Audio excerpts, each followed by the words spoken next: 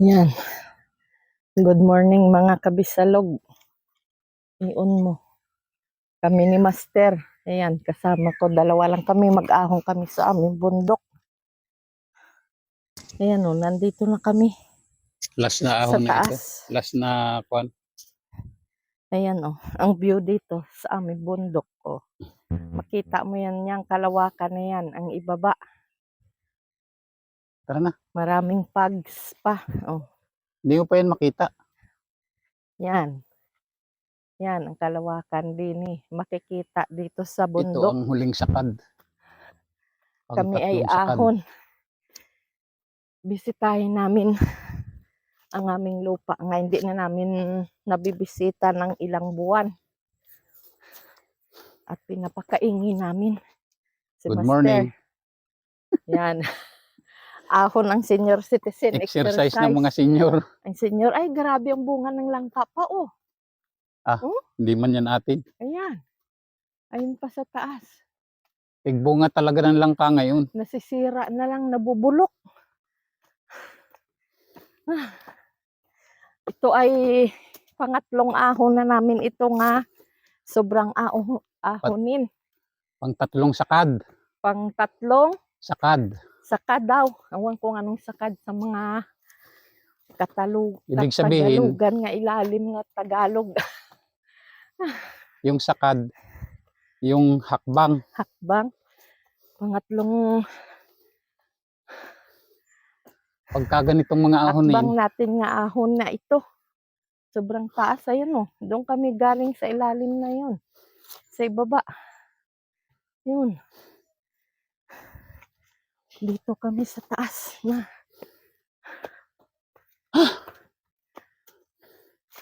Grabe ang pawis nga inilalabas namin ni Master. Ayan. Na ito si Bisalog.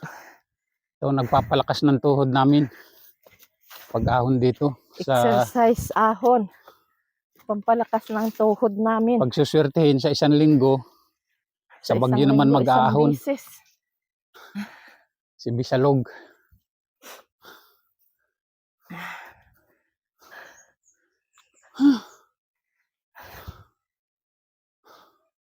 Tahimik na tahimik dito. Oh. Pag hindi ka sanay dito mag-ahon sa bundok, nauna mo palang ahon, parang matatakot ka. Dahil walang kabay-bahay, walang katao-tao, kundi kayo lang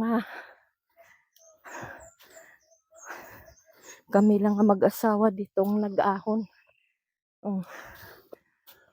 Bundok kasi. Bundok kasi ito maigi.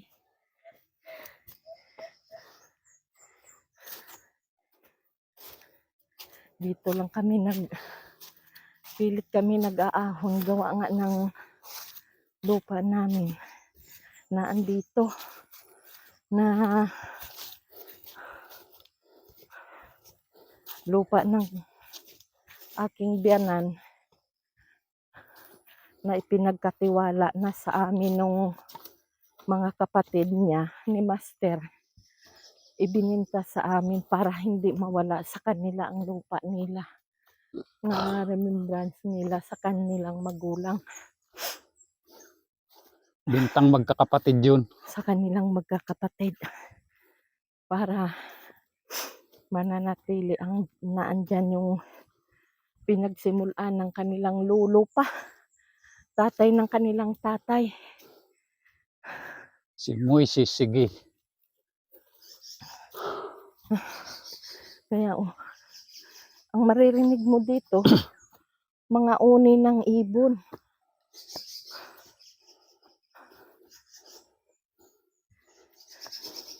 Bihirang-bihira ka dito makakasalubong na tao nga naglalakad din. Dahil wala dito sa mga naglalakad na nga sabihin mo nga marami naglalakad araw-araw, wala.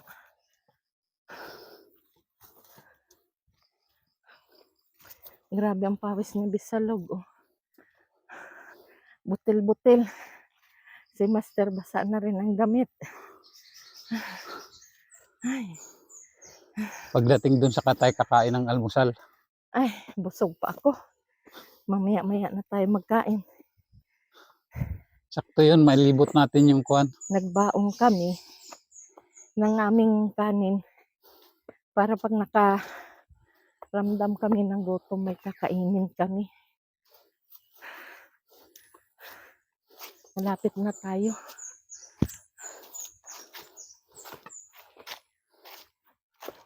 May nagkakaingin siguro dyan.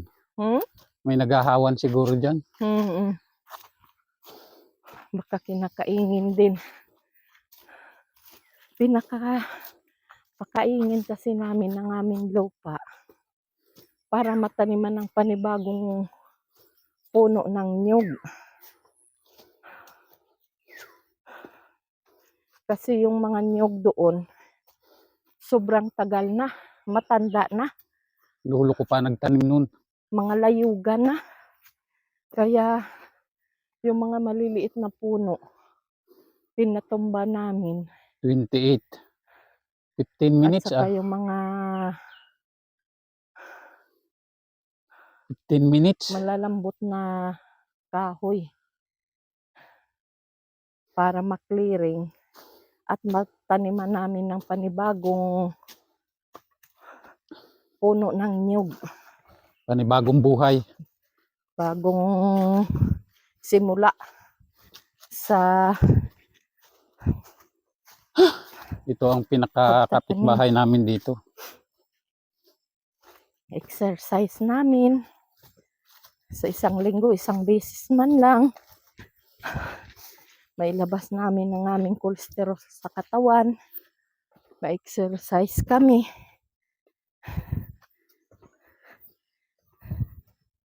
At sigurado, pag ang panahon nga maulan na,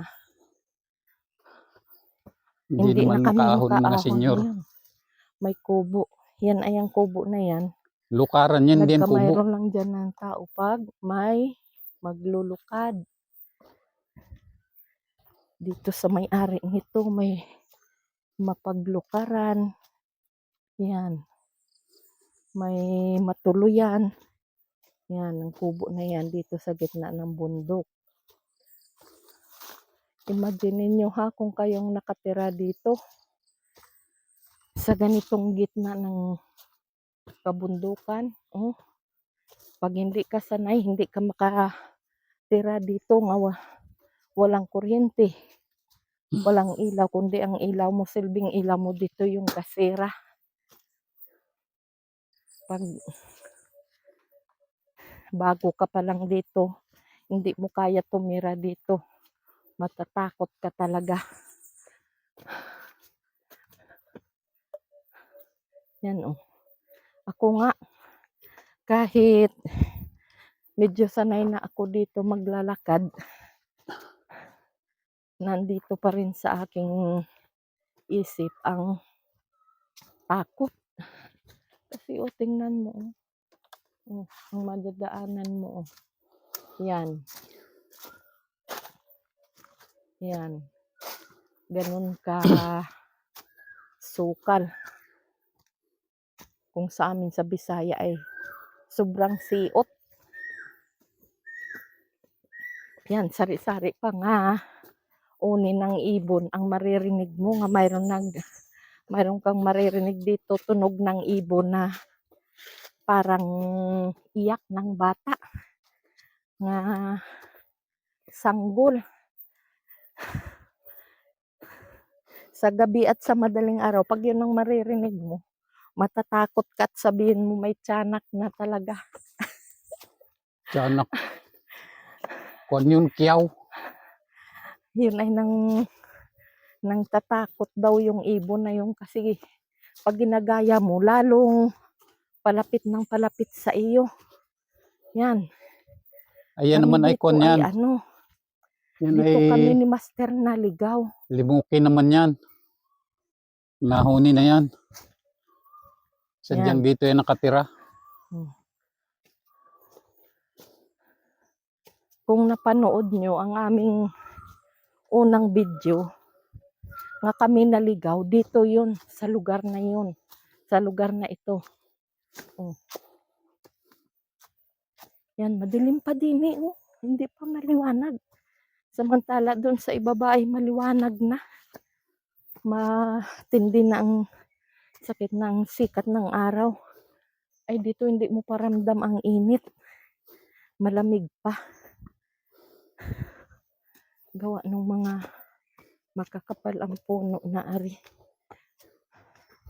Ito siguro kay Mang Erning ito ay ilang ektarya siguro ito. Ano? Awan, basta malapad dito. Ang lawak.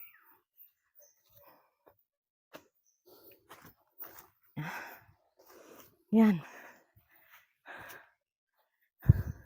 Dito.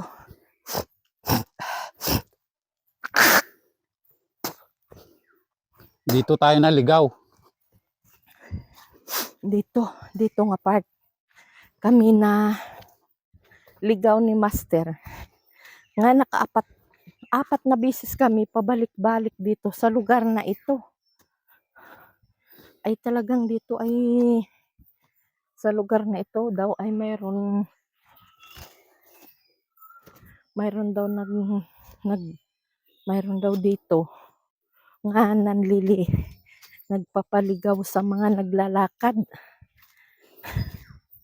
Nililigaw nila ang mga naglalakad dito. Tabi-tabi po, padaan po. Ay ito ay Sanaw. At saka ito. Sanog pala. Yan. Yan. O tingnan nyo, ang dilim pa din eh. Tapos napakatahimik. Tara na. Lahat na uni ng ibon ang maririnig mo dito.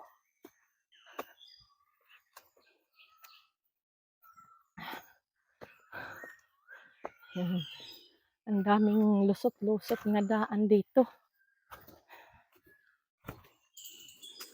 Yan. Dito na kami. Ito na ang aming lupa. Ito na ang boundary ng aming lupa.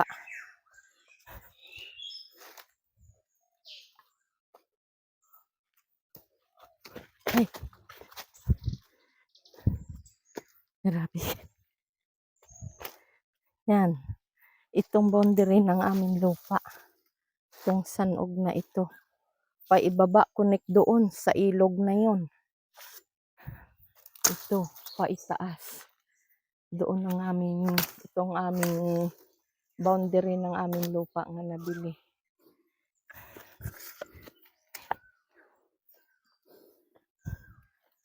Ay. Yun, hindi pa nga nila masyadong nahawan.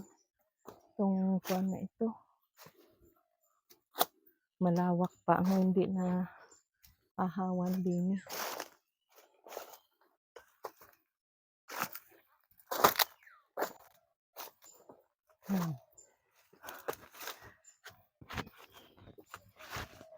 Dito na kami. Malapit na kami sa amin. Dito sa hinawanan na. Yan.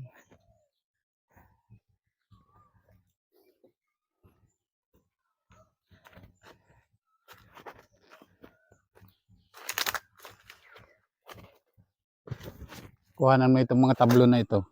Ha? Kuhanan mo. Oops. Nung pag-akyat ba natin nung minsan nandito na ito? Wala pa. Kuhan mo. Pakita mo. Ito ang mga tablon. Yung mga bago pa yan. Ang mga bago. Ay wala pa nga ito. Sunog na ang kuhan. Ito. Nandito na kami. Ito na ang nahawan sa amin lupa. Ang lawak na. Doon tayo lapitan natin yung kuhan na yun. Yung dao. Tara. Pupunta kami doon kami magdaan.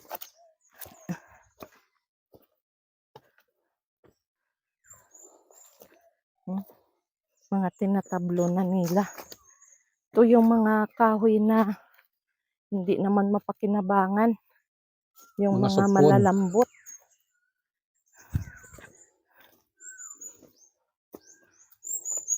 Ito ay pagtataniman nila ng palay. Ahasikan nila ng palay ito. Ng, Santol siguro ito. oo, nung magkakaingin dito sa amin. Habang sabay nila ang tanim ng niyog at saka pagtatanim ng Palay. palay. Tara. Parang hindi yan yung malaking malaki pa. Gaganyan tayo. Tara. Parang hindi yan ang malaking malaki nga dao. Wala Maliit. namang iba dyan ay. Lapitan nga natin para makita natin para Kay maniwala Leonard ka. na ba yan sa kabila na yan? Ha? Kay Leonard na? O atin pa? Ito kay Leonard. Kay Ay, ito. oo, taring pagitan na Padre. Dati isang lote ito. Ah, Nung ibigayan kay TNT, edi na wala naman na din si TNT. yan.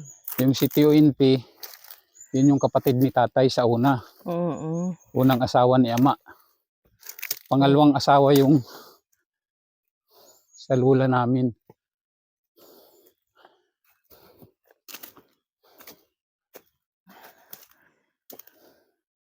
Yan. Sobrang lawak na ito.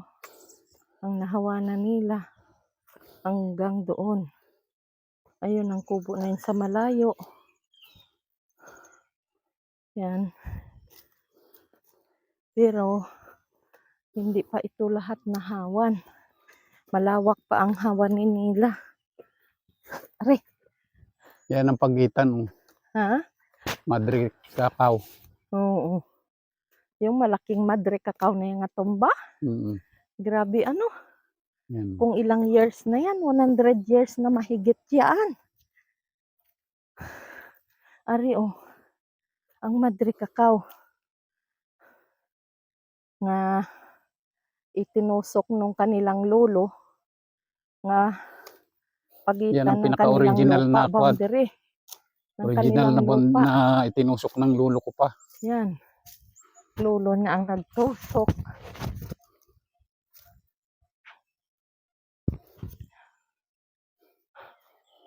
Yan ang